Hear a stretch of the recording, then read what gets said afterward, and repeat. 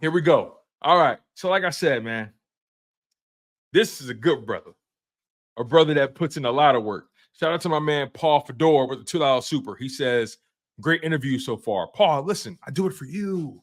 I do it because I love you. I do it for you guys. So, again, thank you, Paul Fedor, for the $2 donation, my friend. I do not take it for granted. I appreciate it. So, without further ado, I'm going to bring up this very illustrious guest. In my opinion, one of the best up and coming voices in the game. I consider him a colleague, a peer, someone that I can shoot the crap with, somebody that I can bounce ideas off of. Spent time in the NFL as a running back, so he knows how this thing goes. He's a Philadelphia Eagle alumni. The man, the myth, the legend. You guys know him as PFT. Some of y'all know him as Coach Marcus. What's going on? My brother. How are you feeling? How you feeling? Talk to me nice. Tell me something good. Tell me that you love me. I'm good, man. It's all love, brother. Always all love, man. We one day away from the draft, getting it in. The NFL is the gift that keeps on giving. And I'm all here for it, man. I'm all here for it. It took me a minute. I had to change my background. I had WNBA stuff going on. And I was like, hold on. I got to represent, right? You know? No, I like what you're doing though. I like what you're doing with the WNBA. You've been covering it a lot more lately, and I think that's so dope because I think that league is going to blow up bigger than it ever has. Yeah, so I love what you're doing, man. Caitlin Clark is taking the league by storm, and regardless of how some people may feel, she's good. She's good for the game. She's great for that league. She's good for business, man, and that's what it's all about, man. And the biggest thing, and nobody's really talking about it because of Caitlin Clark overshadowing all of the news. Their commissioner, Kathy Engelbert, the girl got a plan. She is anticipating the impact that Caitlin Clark is going to have, and she is getting everything ready. So when they re-up their CBA in 2025, all of these complaints that the women have been having about not getting paid and all of that kind of stuff, now they got a legitimate chance because this girl's they're the Las Vegas Aces and the Mystics, the DC Mystics, they have already changed their venue. They had to change from where they normally play to go to a different venue, a bigger venue when Indiana comes to town. Obviously, because they had such an influx, the big demand for the tickets, they didn't have enough, so they went bigger. And if you are going bigger, you got to be able to fill it up if you still want to get paid. Absolutely. So all of this stuff, man, the Fever, they already cut a deal. They're going to show like 36 of their games, 36 out of 40 something games this year. So my thing is, and I say this kind of in jest, but it's serious. Like Kathy Engelbert and the WNBA, their biggest secret weapon is me. And what I mean by that is, 2 years ago, I wouldn't give a damn about the WNBA. I could care less. And I got somebody that I have a personal stake in their success. Girl, Kelsey Mitchell, who was number 3 on the all-time scoring list in NCAA history for the women. Kelsey Mitchell plays for the Fever. I played football in college with her father. He's one of my frat brothers. I know him well. Wow. So I had a personal interest. She went to my high school, that whole thing. So I paid attention because of her, and that's as far as it went. But as the for so many people that really didn't care about the WNBA, Caitlin Clark is having the Tiger Woods effect. She might not be as good as Tiger Woods was, but the visibility, when Tiger Woods came on the scene, people were watching golf who before then didn't give a care about golf. Caitlin Clark is in the same boat. There are people actively watching women's basketball who a year and a half ago didn't give a dang about it. And now, and I'm somebody, because I watched the NCAA tournament, because I watched Dawn Staley get bounced last year, then come back and win it this year. We invested in all of that. Like the fact, I'll put it to you like this. Caitlin Clark, Aaliyah Edwards, Juju Watkins, Camila Cardoso, Lauren Banks. I love Juju. And you guys, we're going to get back to football. Yeah. Trust me. We're going to get back to football. But Asia James. I love Juju. I want her jersey. Yeah. Asia James. Hannah Hidalgo from Haddonfield, New Jersey. The freshman sensation for Notre Dame. Audi crooks. The fact that I can name all of those players when I couldn't do that a year ago, I had no clue who they were. That tells you everything you need to know. Tells you everything you need to know. So I made a decision. Yes, I'm gonna buy merch.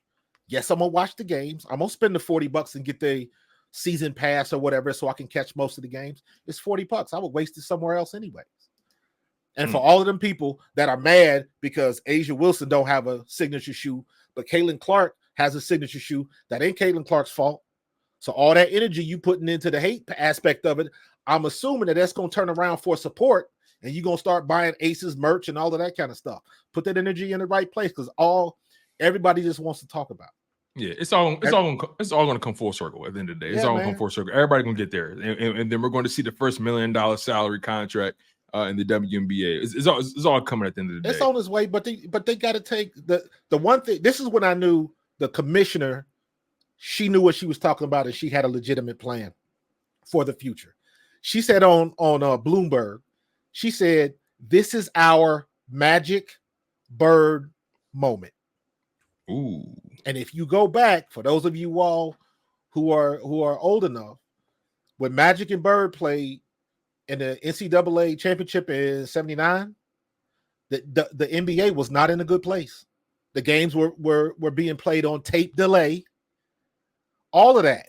When Magic and Bird happened, that's when everything popped off. And then 4 years after Magic and Bird, Michael Jordan was introduced. ESPN took off.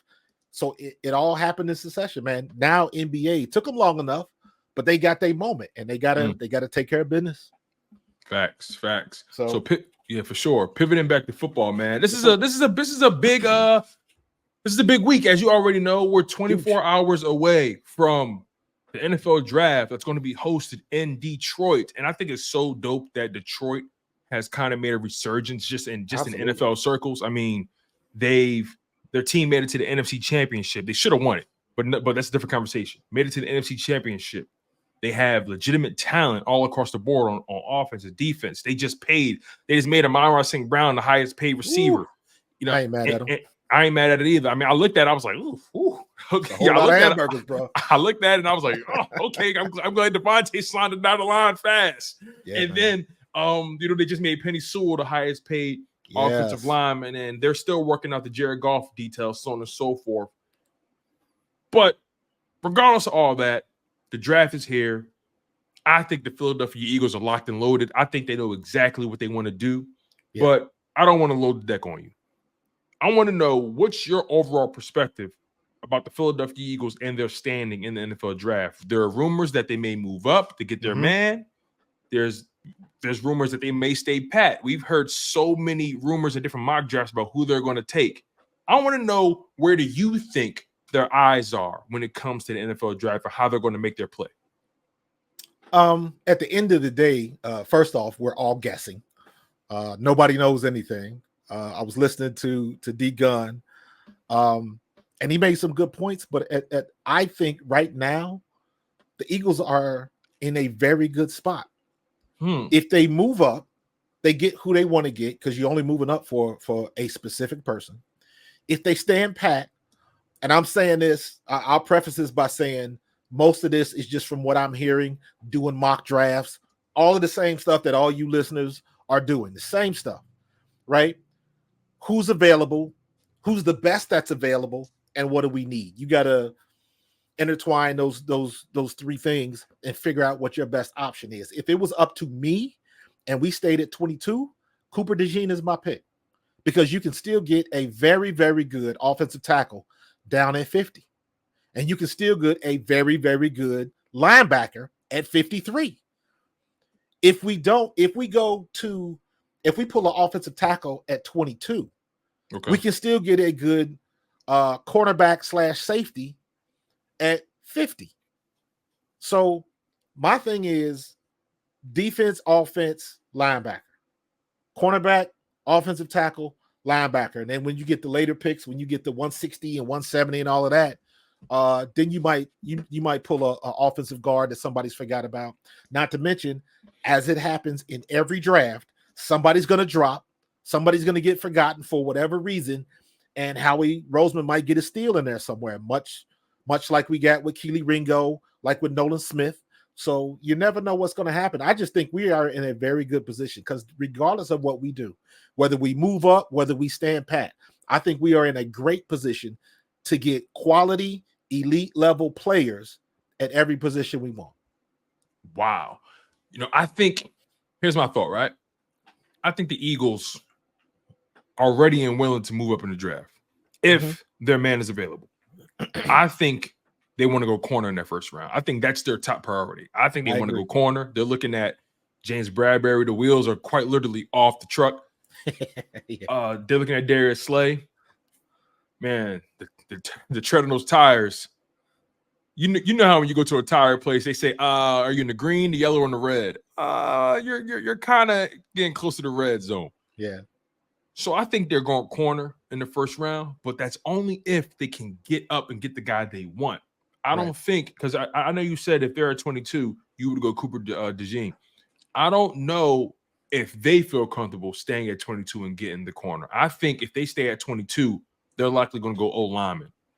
But if they do get the opportunity to jump up in the draft, right? I think it's either going to be Quinion Mitchell or Terrion Arnold. When you hear that, what's your thoughts? Kenyon Mitchell, I like him. I'm trying to see Arnold. What's Arnold's specs? I know I've seen it before. I got it right here in front of me. Right. So that's what I was thinking. To me, obviously his level of play is up there, or he wouldn't be a top 15 pick. Right. So I can excuse my bias for the size. Because right now, after everything I saw last year, what I do not want is somebody like Nate Wiggins size, 6'1", 180 or something like that. I do not want cornerbacks that are going to be coming up making business decisions. I need somebody that's physical. Kenyon Mitchell, he's got enough weight on him. Yeah, Terrion Arnold, same thing. They're both in the 185, 189 range. So, yeah. Terrion Arnold, he's 6 feet, 189. 6 feet. Right. Kenyon is about the same, like 6 foot, like 195 or something like that. Yeah. Kenyon is like 185, something like that. They're both pretty much in the same class, but Kenyon, I mean, they're saying he's a physical freak, though. Not only does he have the size that you want, but he has the speed and the strength. Yes. I mean, the dude was one of the best corners in terms of the bench press, the 40-yard dash. He has the power and the strength to get physical at the line of scrimmage, but he also has that makeup speed. And I think that's something that's necessary at corner, right? You're going to make mistakes. You're going to guess, Absolutely. but you need makeup speed. Absolutely. But that's just my bias. If I want somebody playing cornerback, and I'm basing that specifically on the mess that we saw last year. I know that Bradbury is probably on his way out, or if we do move up, maybe how we could package that in part of a deal for a trade. Who knows? We're going to find out tomorrow. So I think if we do move up, I think it is going to be for Kenyon Mitchell. I think if he's not available, we're going to stay at 22. I think they're moving up. So you think it's Kenyon Mitchell or bust? You think it's Kenyon Mitchell or nothing? Correct. Okay. Let me ask you this now, right? There's rumors circulating. There's been for quite some time, but I want to get your perspective on this, right? Staying in the cornerback market, Patrick Surtain. Now, here's the context, right? Patrick Surtain, he's entering the 4th year of his rookie deal. Yes. Next year, a team's going to have to decide, or the Broncos will have to decide that they're going to pick up his 5th-year option. If they pick it up, they're going to owe him $19.8 million, fully guaranteed. Now, here's the caveat here. When it comes to Patrick Surtain's contract and the Broncos' money situation, they're on the hook when it comes to Russell Wilson's contract, and they're trying to get back on track. I laugh every time somebody say that. Seriously. They get what they get. They deserve it. Exactly. They're not in the most financially stable situation. Correct. So I don't see a scenario where they see themselves even picking up his 5th-year option and then extending him on top of that. I don't see that they even see that as an option. So that could potentially make him trade bait on draft night. Do you think there's a chance, a reasonable opportunity for the Philadelphia Eagles to potentially trade for Patrick Surtain, maybe package that 22nd overall pick, and you get your man? Yes, I think that is a definite possibility. We've been talking about the cornerbacks, to your point, all the stuff in the news, and there goes that guy named Sources again, spreading stuff. But we still are looking at that position because we were in tatters last year. So I can see that happening. I would love to have PS2 up in here. And if that's a trade, you're talking about getting somebody in here that is a known quantity. You know, he is a elite level player.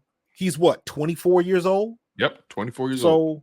could I see, them restructuring his contract, but giving him that big signing bonus? I could definitely see that happen. On top of, we all know that the salary cap is probably going to go up again next year. So you still have a little bit of room to play with. And I think that's why a lot of the moves that Howie's making right now are masterful, because 3 and 4 years down the line, we're going to be nodding our heads like, yep, he did it again. He did it again. So I would love to see PS2 come here, because now you're not talking about an if he has a good camp. Can he translate to the next level? I know he played well at, Alabama, but and can also he do that I don't think the Broncos have leverage either, by the way. I don't think the Broncos have leverage. They got to come off that cash. They got to come off that cash. So they are going to be looking to make deals. And if they find a deal that is even remotely in their favor, where they can come off of some of that money, they're most likely going to do it. And if they don't, well, then I'm going to lump them in the same category as them goofballs down in Dallas. You got to be smart. I don't care how much money you have. You still got to be smart about your business. Let me ask you this, right? Because we haven't really had the opportunity to really chat post Haason Reddick trade. You have some people who say they need to go edge in that first round. They need to go up and get a guy like that, right? I want to get your perspective on how the Philadelphia Eagles handled the Haason Reddick situation.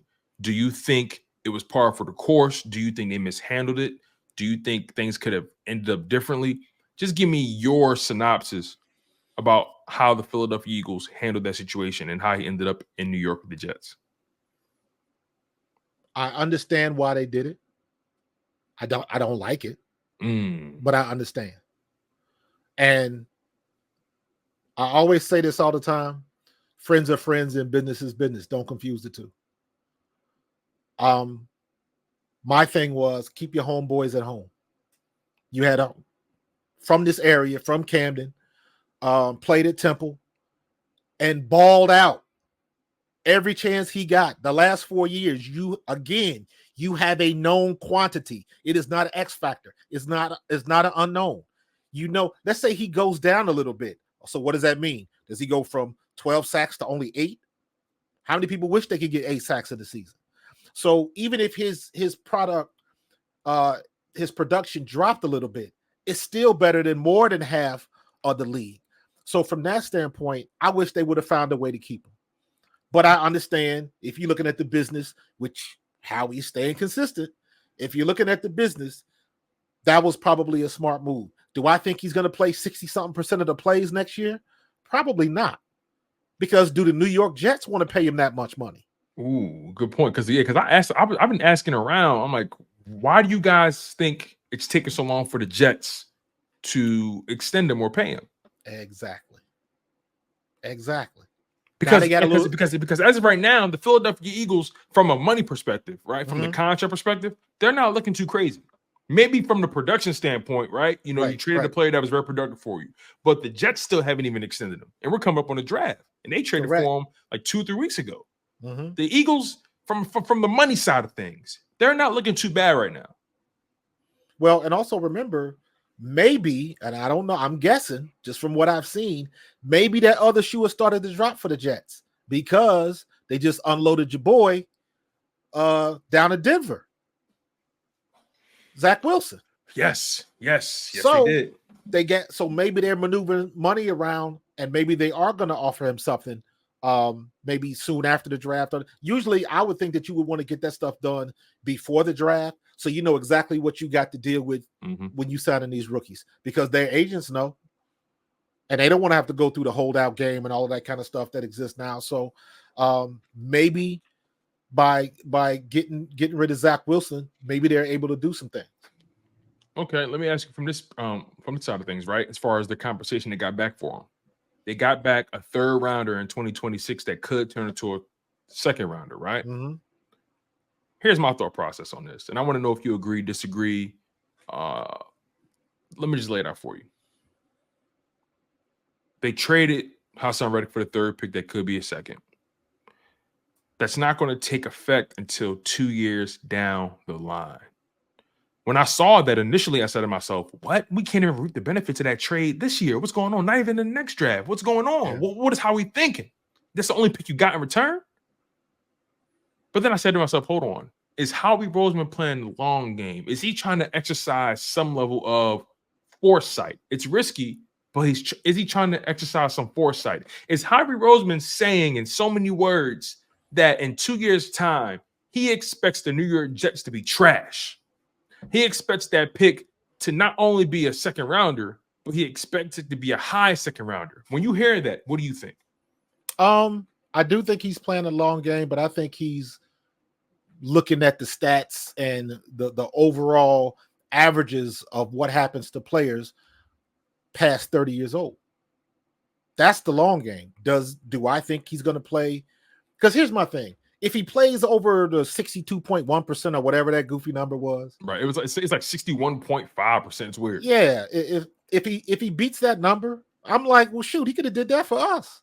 He was averaging over 80% of the snaps in Philly. Exactly. If he doesn't, then Howie was right. But either way, we win if you keep him. You know what I mean? So, but if he doesn't, is it because they just don't have him in the scheme at a particular time? Is he on the field for 2 downs every 4? He's not in on third downs or obvious run situations. I don't know how that's going to play out because I don't know what their coaching staff is going to do up there. So that plays a lot into it. He hasn't really been hurt during the season. He's been pretty durable, with the exception of, he came in with the thumb injury, but he still played with it. So just on that logic and just looking at the track record, I think Howie did play the long game, to your point, and he thinks, okay, if I'm wrong and he was worth the money, we get a good pick from it. If he doesn't, by the time we get that money, I'm not worried about it anyway. You know what I'm saying?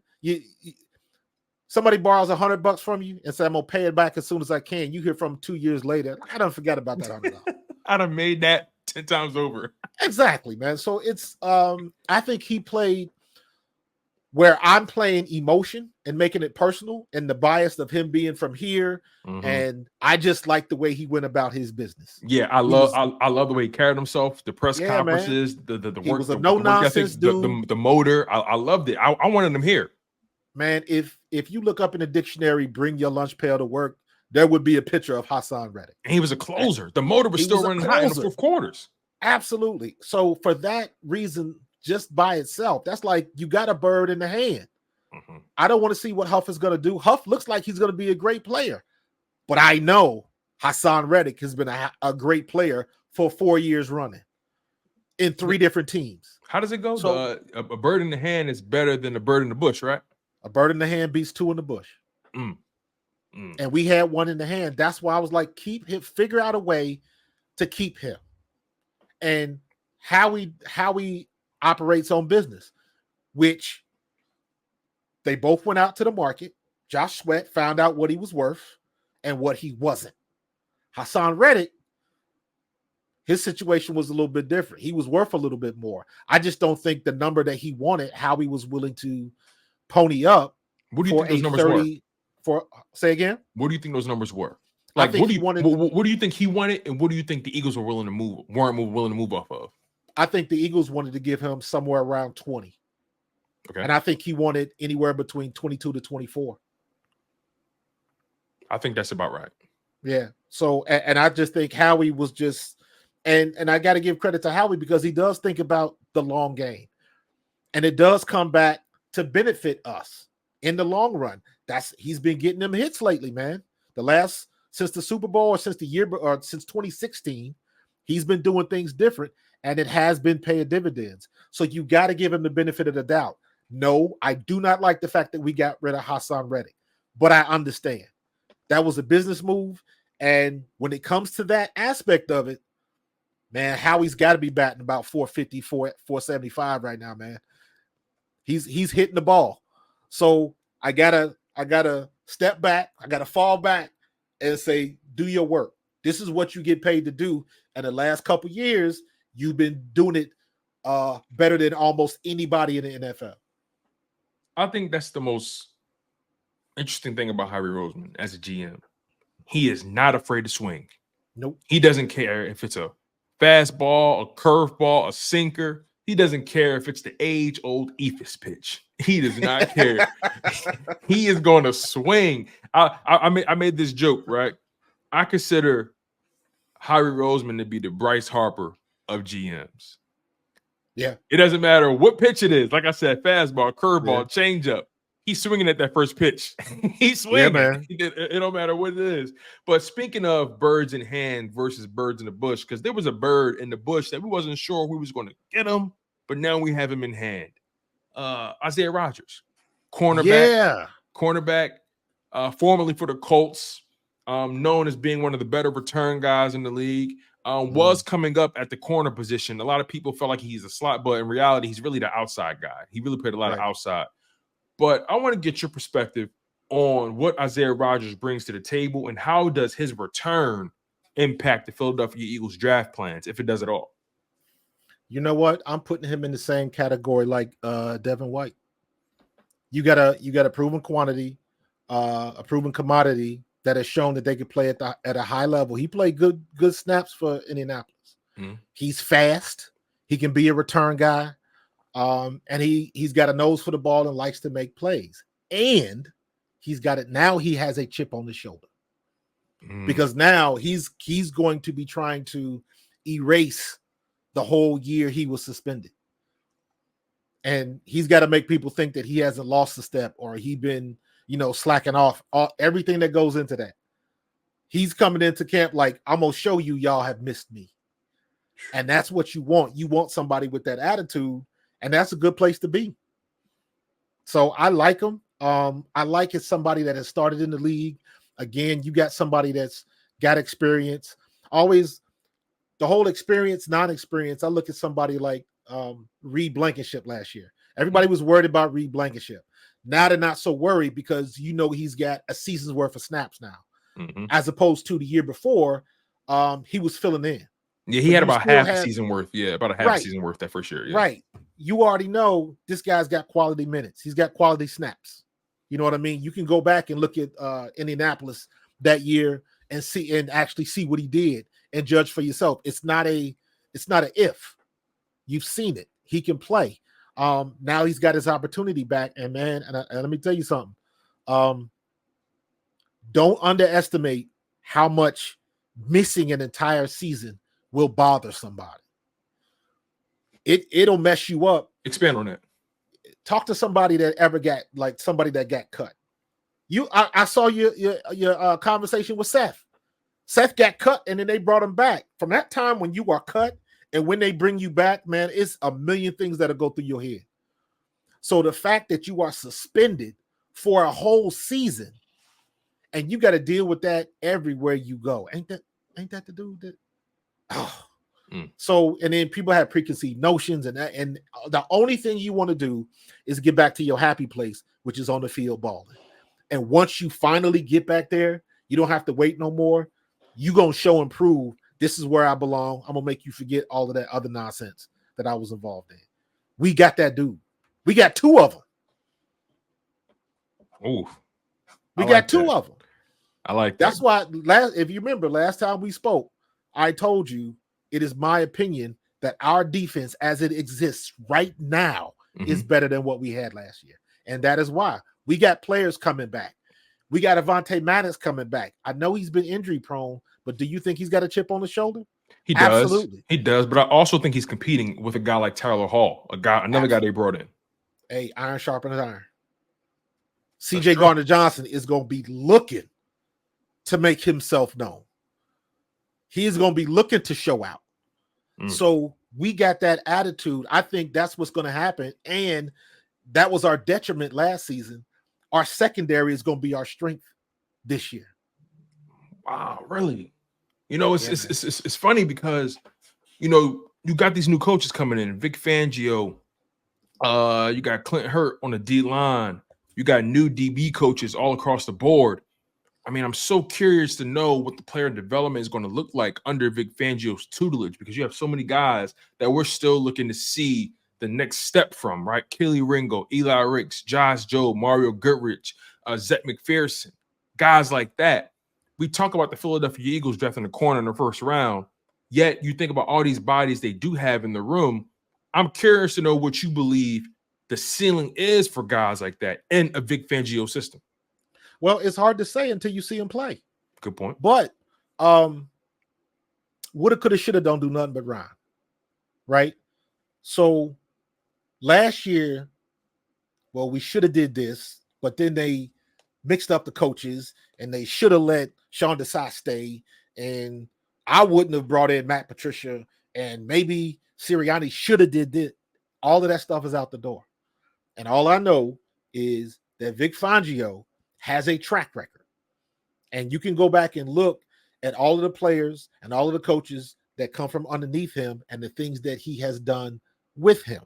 And I say it again, just with Vic Fangio calling the shots on our defense, that immediately moves our defense from the bottom of the barrel to at least average. And then once we're average, that's when you see, okay, let me see what you're going to do, Keely Ringo. Eli Ricks, you up? Or are you going to take another step up? Sidney Brown, are you back yet? N'Kobe Dean, is your ankle feel better? What you going to do? Because now you got that dog on the other side of you that's going to push you and show you what it really means to wear that green dot. So, so now you got all of this, and now there is no misunderstanding on who is running the show. That's the thing that's key. I've been a part of a fractured locker room when the head coach got fired and all. I've been a part of that, and to not be on the same page, you can talk all that stuff about being professional and stuff like that, but coaching matters. And I can just imagine everything that we've heard from the Eagles defense about what happened last year. Imagine all the stuff that we don't know. Imagine all of the conversations and all of the strife and the chaos that was going on, all of that stuff that we don't know. Now, all of that's out of the window because we have one voice, and that makes a difference. And that voice has a track record. He's got some experience. He's got some cachet with him, and I think that is going to matter. So somebody like Vic Fangio, in my opinion, is going to make up just a little bit for missing Fletcher Cox, for missing Haason Reddick. Because he's been in the situations before. He's made a lot with a lot less in his past. So now, just like on offense, we got primetime players, we got good coaches, you got the exact recipe that you want. So I'm like, all right, kitchen is yours, make it happen. And I think Vic Fangio is going to do that, man. You got one voice on offense, one voice on defense, and you got your CEO coach that everybody hates. You got the CEO coach running it all. I'm like, that's beautiful. That's beautiful. Yeah, I love to see it. One thing I do like is a clear separation of powers. That's one thing I do respect and I appreciate it. You know, where nothing's confused. Final question, Marcus, before I get you out of here, my man. I appreciate you coming up in the clutch, showing mad love, man. You didn't have to do that, but you came in and you saved me, my friend. And I appreciate you for being the man that you are. It's been some Hall of Fame careers that started out as backup players. Don't get it twisted, bro. Hey, don't get it twisted. If I got to come off the bench, I will come off the bench. But every time you give me the rock, you are going to remember me. I love it. I love it, man. Final question, man. And this is more so on the lighter side, or maybe not, but we'll see where it goes. Hit me with it. I'm just gonna come right with it. What's your thoughts on the NFL banning this newly coined hip drop tackle? Give me your perspective on it, and then we'll flush it out from there. Funny you should ask that question.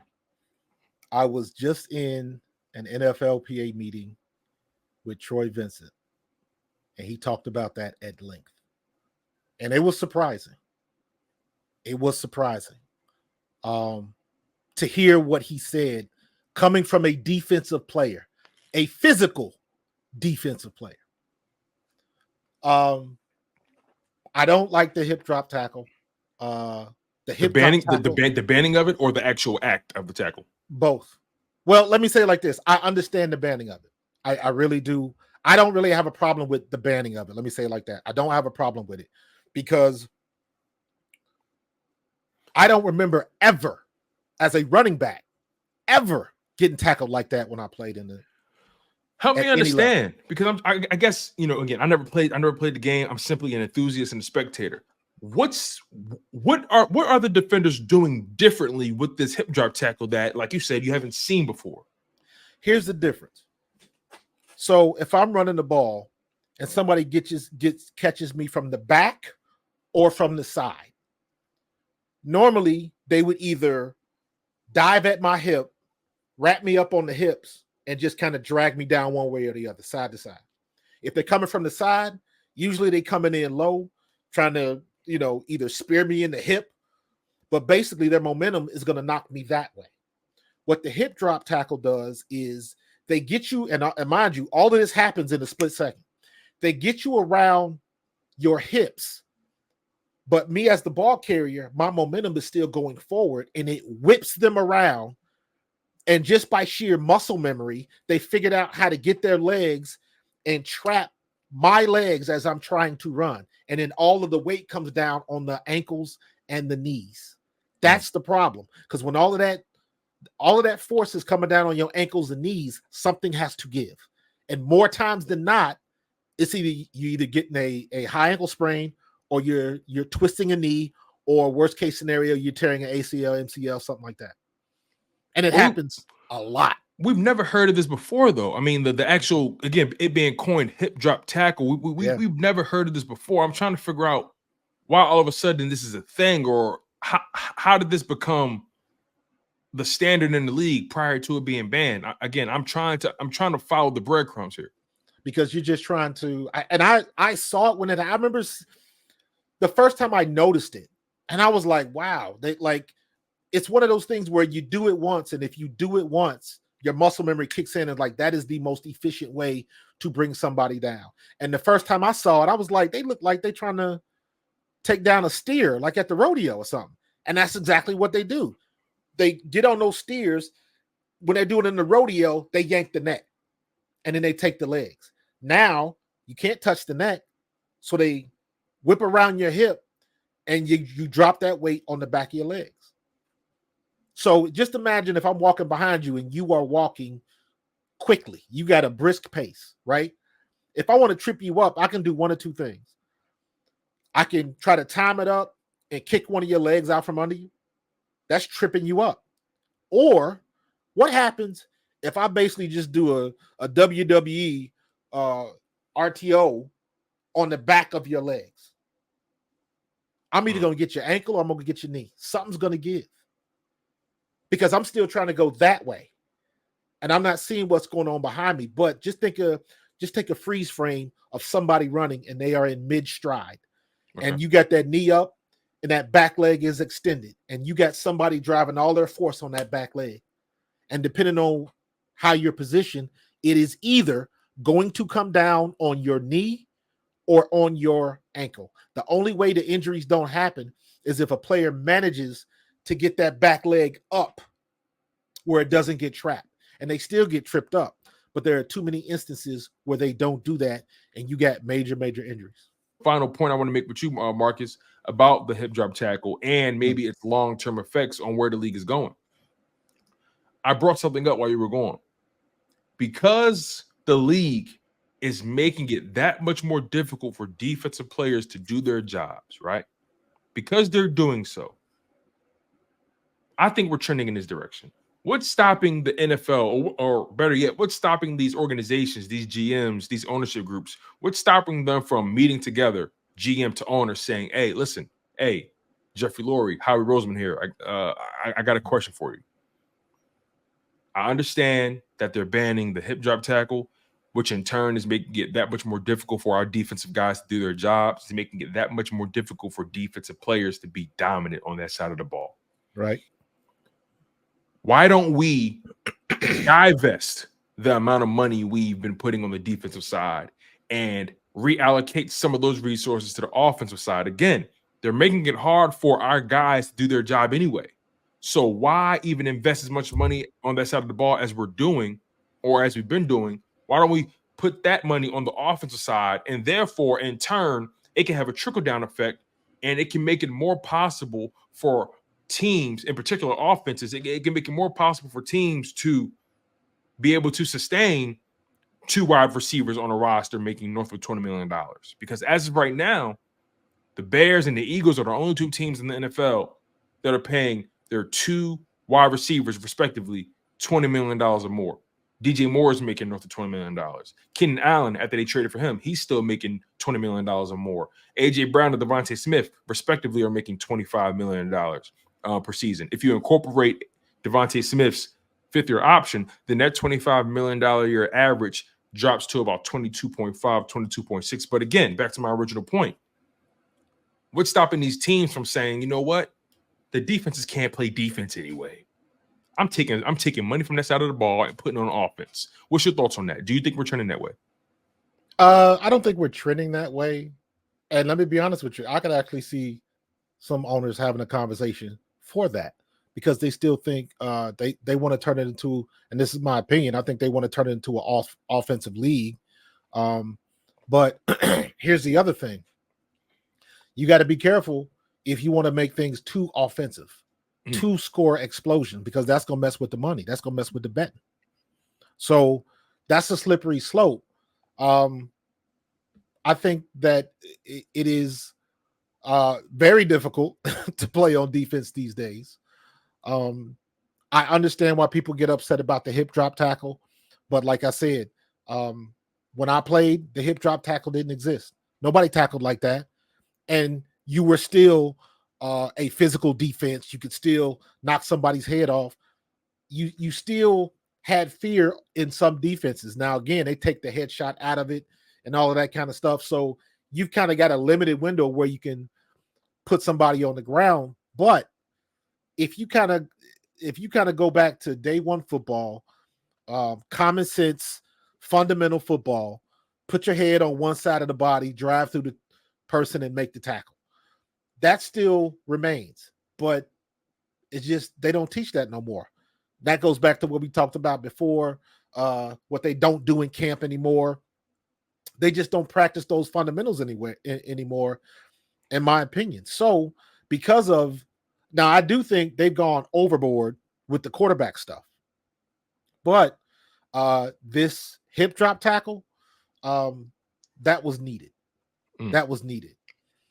So, and also let me say this: they are looking. When I say they are, and this is back to the conversation I had with NFLPA, they are looking for, they are trying to curtail guys getting hurt like this, because this, like, make no mistake about it, this is ending careers.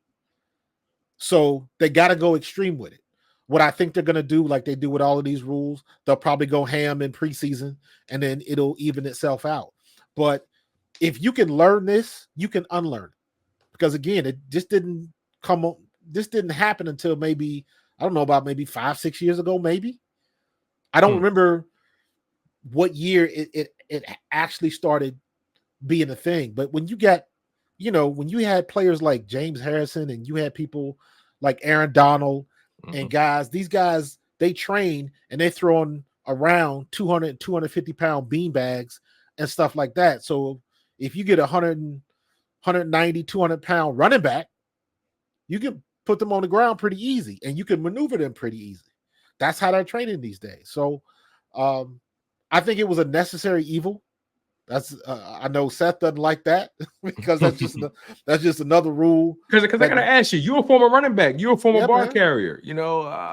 What's stopping somebody from saying, "Hey, Marcus, you're a little biased, man. You play on offense."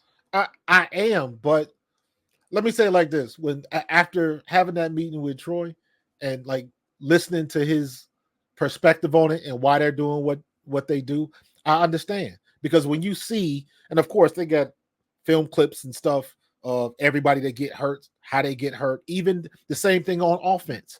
Why they don't want you going at a defensive end, cutting crack back in the defensive end, throwing at the knees. That they don't want to do that anymore because you got situations where you ended somebody's career. So they are taking that thing into consideration because there are a lot of brothers that used to play and they're not doing well mentally, health-wise. And it's because of, and it was funny, man, he got like emotional about this. The way we used to play back in the day, some of the things that we used to do back in the day, there are a lot of guys, a lot of former players who are not doing well at all because of it. And he was like, I know I probably did some things and made some hits, and the guys that were on the bad end of that are not doing well today, and I'm not happy about it. So, and when you think of it like that, that's real, because I always look at, and I watched it again just to make sure my head wasn't playing tricks on me. I went back and watched. There's like a mini documentary about the Refrigerated Perry. I played with him. He was with the Eagles in 93 and 94. So I played with the Fridge. And then I saw what his life is like now. And I was like, yikes. That is not good at all. So the NFL was trying to get ahead of future litigation then. Future litigation, just not being able to not having to watch all of these players get spit out. I use that term a lot. I like to see Fletcher Cox and Jason Kelsey. I like the fact that they walked away from the game. The game didn't spit them out. After coming off of really, really good seasons, by the way.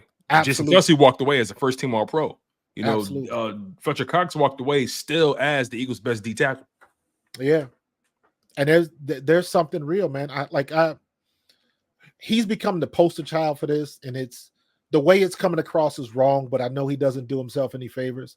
Like, I look at the stuff that Antonio Brown does, and I'm like, dude, like, somebody got to be testing him for CTE, because do you see what he does sometimes? Like the hashtags CTESPN. Like he is leaning in hard. He's leaning in. It's like he's off the charts. But I will challenge anybody, man. You go look at that hit from Vontaze Burfict against that Cincinnati game, and then you go look at documented medical studies about what happens to people that have major concussions that come out of like car wrecks and stuff like that, and how they personality change and things like that happen.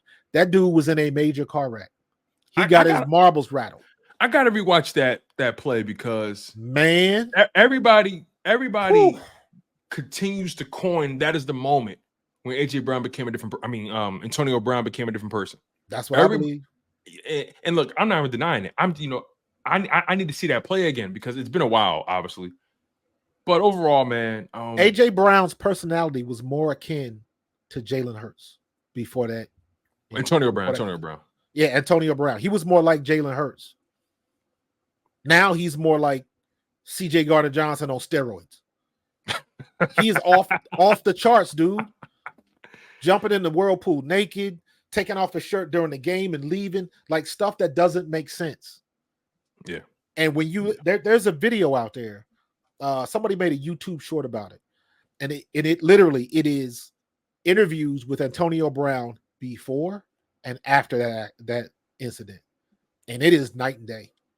Wow, I gotta check that out. And all of that goes under the umbrella of the NFLPA and the competition committee. They are trying to engage in rules and state of play that can eliminate some of that.